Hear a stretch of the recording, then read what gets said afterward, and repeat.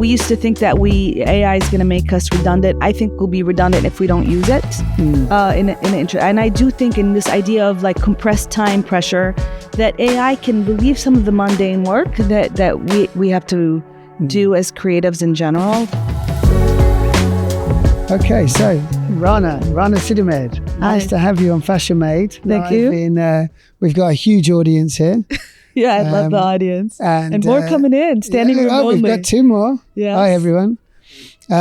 So yeah, lovely to meet you. You're the creative and marketing director of Avery Dennison. Correct.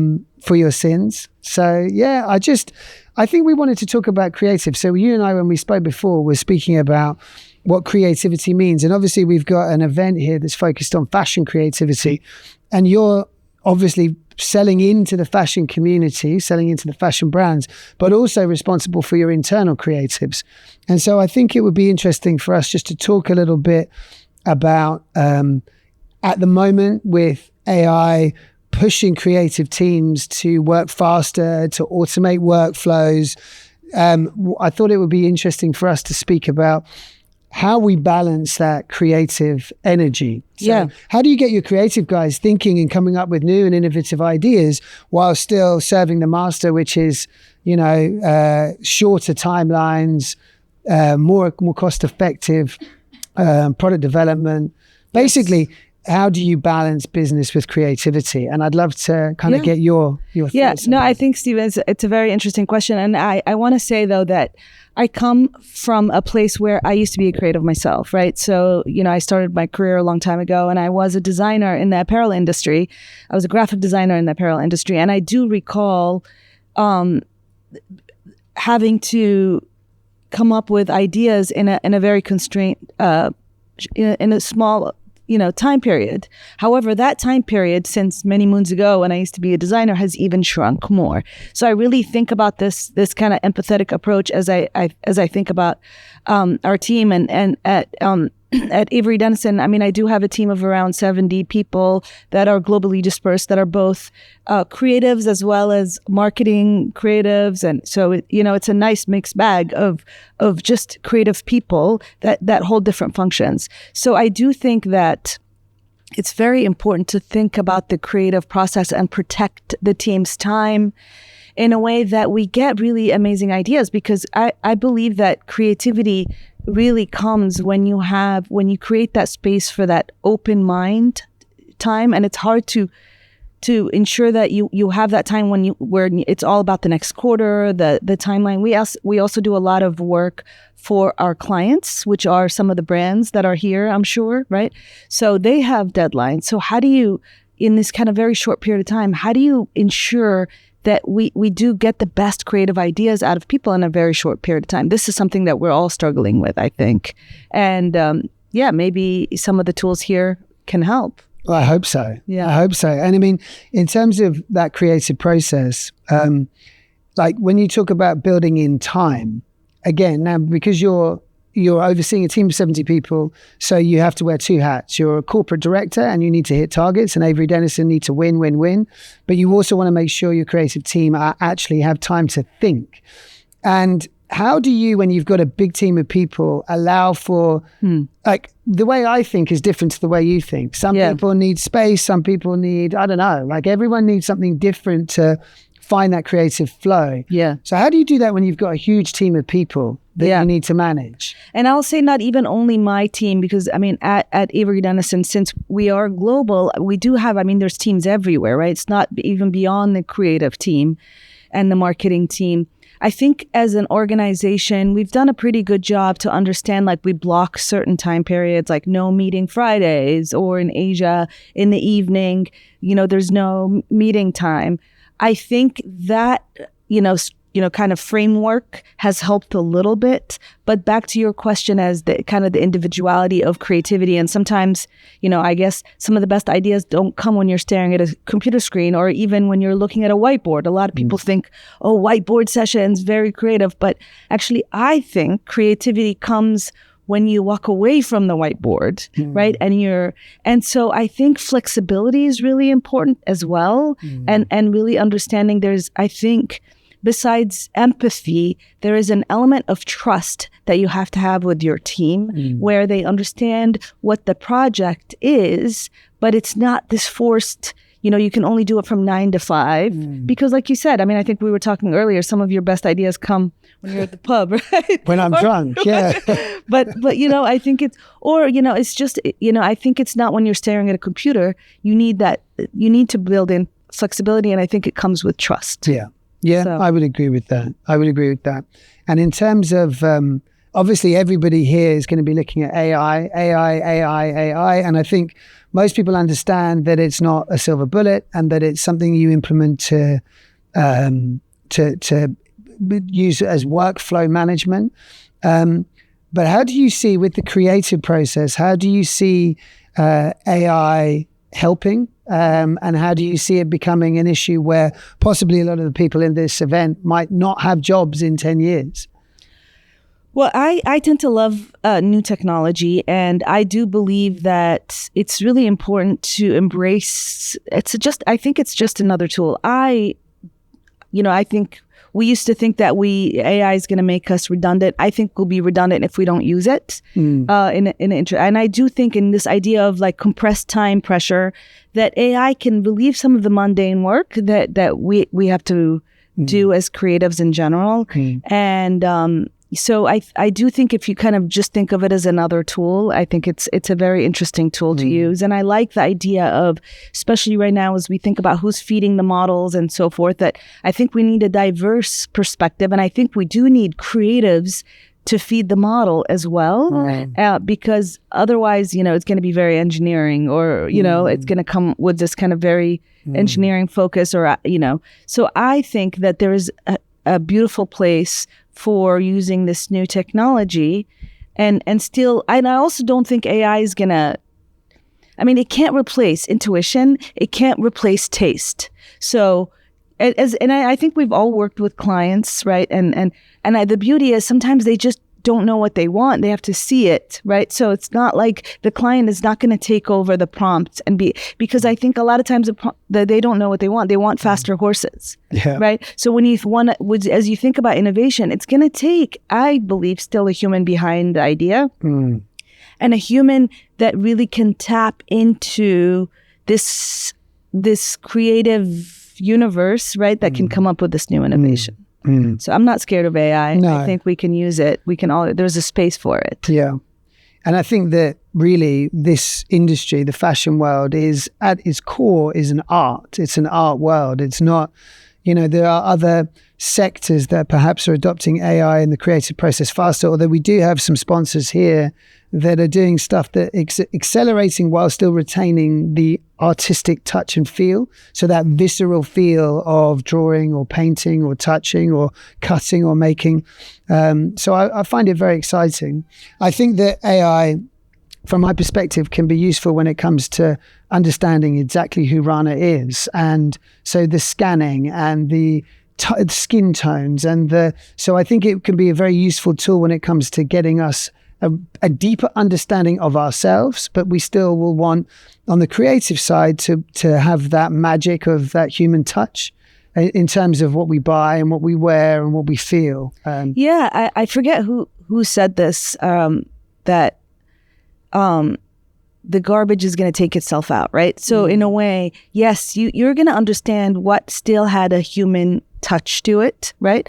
But it could be augmented by AI. But I agree with you. Even, as we think about sustainability and, right, the fact that we don't want to overproduce, and I think all the tech tools in the here, right, has really helped reduce the amount of samples that we're creating, and so I do think that it has also a positive impact on the world as well, right? So I think we can't forget about that, but I forgot what your question was. I'm not sure there was a question. Okay. Well, one thing that a few people have said to me, and I think we might have touched on it, is with creative teams in fashion brands, in retail brands, in software brands, in service brands, sometimes do you think we run the risk of creative teams becoming almost like an outsourced agency, like not really part of the overall structure of the business, but like these artists that are high maintenance and an agency that need to be used? Yeah, I think, this is, I can only speak from my team now. And I think that we've come a long way as a team where before I think we were seen as, and I'm only talking about the creative department now, not the marketing. We were just seen as kind of the creative department, and that's where creative happens. And I think as an organization, we've done a really great job to make sure that creativity is infused in all of the different businesses, right? Mm-hmm. So, or different parts of the business. So it doesn't only live in the creative team. I mean, if you think about innovation and sustainability was the same way. We used to have an innovation team, and that's where innovation lives, or sustainability, that's where, and then I think we've reached this next level where we understand everybody has, a piece of this in their role, whether it's innovation or sustainability or creativity. And I do think that the creative team actually is now not only a creative team, but a great thought partner to a lot of parts of the business. And I definitely am a champion of that. The creativity has to live everywhere because, it's very important. I mean, I think that if we think about, and I think we talked about this idea of when we're creating something or where we're up against a deadline. And if you're operating in this kind of closed mode, email mode, it's really hard to open up your mind and really think about what's next for the business, right? So I think even if you are, in commercial or in engineering or material science or whatever, you need to make sure that you're thinking about and blocking time out to have this kind of open mode of thinking for your part of the business. So I guess what I'm saying is creativity does not live in the creative department. No, I would agree with that. And whether you're selling or you're in merchandise planning, I think they have to deal with the creative and actually a big part of the role that we're talking about here, which is managing the business with the creative talent. I think a lot of the time that will sit with the merchandise planning heads within brands and operating. But I think you make a good point. And in terms of where you see things going, then in terms of like the creative, as a creative leader, what do you think, knowing the landscape of AI and knowing the landscape of technology as it is today, which will change very much in a month and 2 months and 3 months, where do you see things going over the next, say, 5-6 years? Yeah, I think that, I think it would be interesting to, first of all, walking around the show this morning, there's some really interesting tech already happening now, right? So, but I guess the future, where does creative live within this future of tech? I do think that it's going to augment us in a more positive way. I think that we're really going to think about sustainability even more, about like the early thinking of design and kind of like that design thinking early in the process. I think that I do think that it can only be a positive thing. I think that as brands and as companies, we're also thinking about how to slow down in order to move faster, right? So do we really need as much? I forget who I was speaking with yesterday, but this idea of like we're overproducing apparel, right? But is AI going to really help us with understanding what to produce and when? And so we're very targeted with our approach. I think that's going to be a very healthy. So I do think that there's going to be a lot of. I don't think we have all the answers, but I think that the more that we kind of lean into this and we understand that our intention is to have this like very empathetic view of our consumers and what they need, and obviously of the planet as well, then I think AI could really be a huge tool there. So agreed. We're doing. This is a bit ridiculous because it makes no. You look cool though. Cool, right? Well, we're doing an event called Retail Rebels, right, in New York at the end of the year. And it's all about reclaiming the customer, because I think a lot of brands, enterprise brands, are struggling with a tone of voice. And there's the Gen Z buyers have a very different mindset and a very different emotive reason to buy something.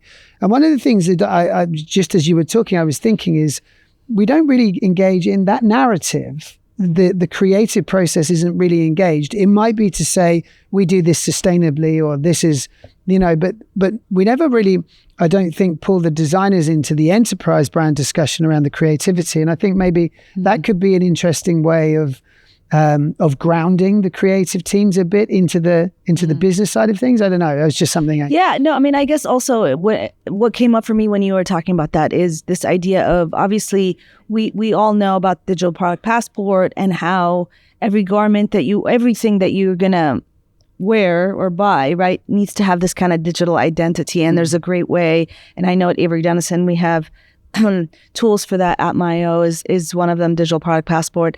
And the idea is then, how do we point the story? We used to always point the story maybe to where the garments were made, but how do you bring that creative process and the makers of whatever that thing is into that story? I think is really important, because I think it's a rich story. Yeah. And I think I do think that the younger generation really cares about like the whole process and would really benefit from understanding the full story of whatever that thing is. Yeah. Whether it's also bought, because sometimes when as we think about retail, you kind of go in and you could talk maybe to the designer. I mean, I was on a trip recently to Morocco, and it was really refreshing that you meet the maker, right? The shoe, the designer of that jacket, and you hear their story, right? But you don't always get that when you're buying online. So how do you create that very rich experience, right? Yeah. Because it's somebody making something that they care about, right? Yeah. And that could be one person in a brand, or that could be, like on e-commerce as well. So it's interesting, because that's very much like the purview of the luxury sector, I think, for now, is that like emotional connection with the brand and the story. And I think even luxury is struggling to maintain that story. But yeah, I think it's interesting. And in terms of what's the most creative product you've seen in fashion this year? Wow, I think it has something to do with.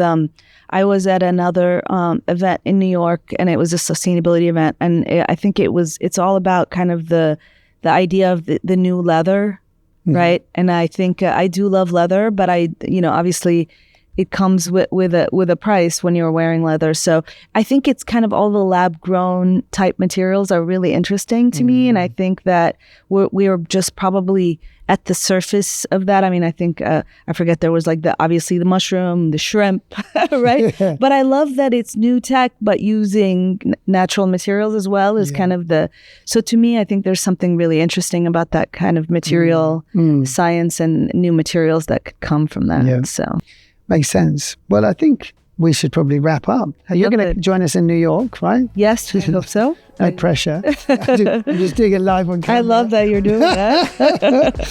And thank you. Thank you so much for the question. Nice to see you. Yeah. Great to see you. Yeah, really cool.